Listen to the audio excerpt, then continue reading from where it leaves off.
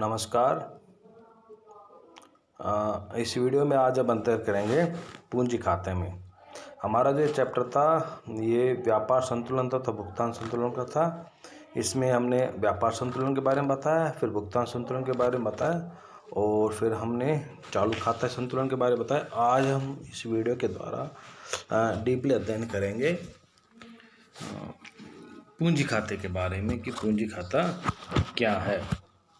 इसके बारे में हम देखेंगे इस वीडियो में और इसका डीपली अध्ययन करेंगे। पूंजी खाता एक राष्ट्र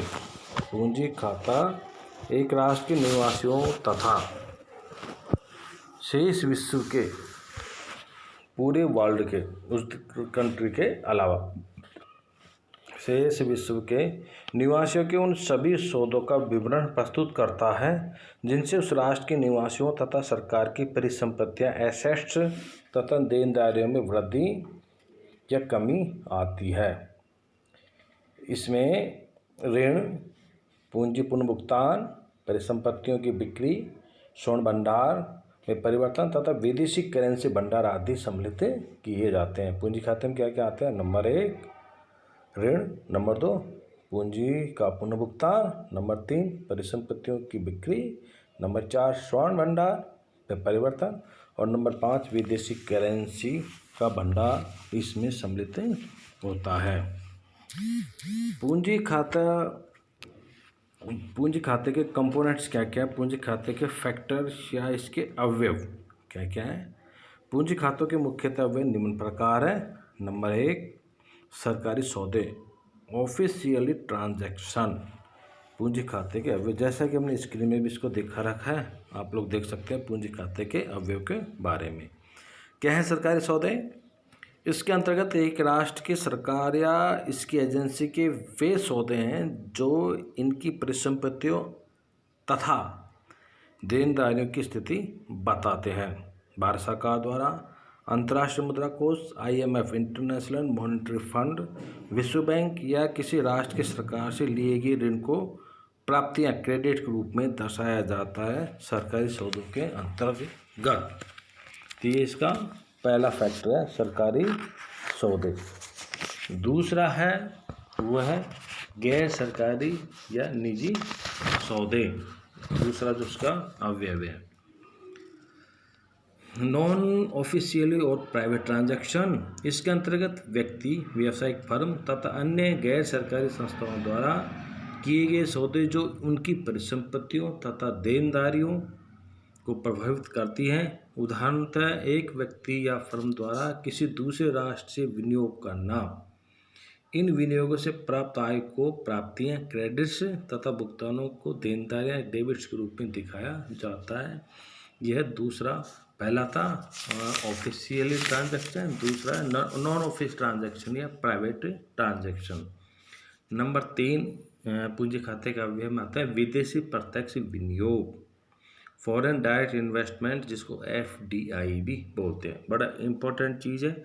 इंडियन इकोनॉमी के बारे में एक अलग चैप्टर है और FD के बारे में न्यूज़पेपर में भी आता रहता है और ये काफ़ी इफेक्टिव अवयव है। इसके अंतर्गत विदेशों में खरीदी गई परिसंपत्तियों शामिल होती हैं जिन पर सामान्यतः नियंत्रण का अधिकार भी शामिल होता है। जैसा कि एक भारतीय फर्म द्वारा अमेरिका में किसी फर्म को खरीद करना या कोई अमेरिकन फर्म भारतीय फर्म का अधिग्रहण करना FDI के अंतर्गत आता है। तो क्या FDI के अंतर्गत विदेशों में कोई परिसंपत्तियों को खरीद लेते हैं तो FDI के अंतर्गत आता है, संपत्तियों को शामिल करते हैं। नंबर 4 है पोर्टफोलियो विनियोग। किसी भारतीय फर्म द्वारा विदेश में विदेशी कंपनी के शेयर खरीदना या कोई विदेशी फर्म भारतीय बाजार में भारतीय फर्म के शेयर को खरीदते हैं तो ये कहलाता है पोर्टफोलियो विनियोग। नंबर 5 बैंकिंग पूंजी। भारतीय व्यापारिक बैंकों की विदेशी विनिमय शाखाओं द्वारा विदेशी करेंसी में किए गए पूंजीगत सौदे तथा विदेशी करेंसी में विदेशी में विनियोग करना तथा प्रतिभूतिक सौदे करना बैंकिंग पूंजी की श्रेणी में आते हैं। तो ये 5 फैक्टर हैं, अवयव हैं पूंजी खाते के। नंबर 1 सरकारी सौदे, नंबर 2 गैर सरकारी या निजी सौदे, नंबर 3 विदेशी प्रत्यक्ष विनियोग, नंबर 4 पोर्टफोलियो विनियोग और नंबर 5 है बैंकिंग पूंजी। अब हम समझने की कोशिश करेंगे कि पूंजीगत खाते में सामने क्या होता है। Balance of capital account. पूंजीगत खाते में विदेशों से ऋण तथा प्रत्यक्ष विदेशी विनियोग पूंजी अंतर्गमन कैपिटल इनफ्लो कहलाते हैं। वापिस दोहराते हैं, पूंजीगत खाते में विदेशों से ऋण तथा प्रत्यक्ष विदेशी विनियोग पूंजी अंतर्गमन कहलाते हैं। ये धनात्मक पॉजिटिव मद होती हैं जिन्हें प्राप्ति प्रविष्ट क्रेडिट एंट्री के रूप में प्रकट करते हैं, क्योंकि इनसे देश को पूंजी की प्राप्ति होती है। दूसरी ओर शेष विश्व ऋण को ऋण देने, लैंडिंग तथा विदेशों में विनियोग से पूंजी का बाह्यगमन कैपिटल आउटफ्लो होता है। इन दोनों प्राप्तियों क्रेडिट्स तथा देनदारियों डेबिट्स के बीच का अंतर शुद्ध शेष मूल्य नेट वैल्यू पूंजीगत खाते का साम्य बैलेंस ऑफ कैपिटल अकाउंट कहलाता है।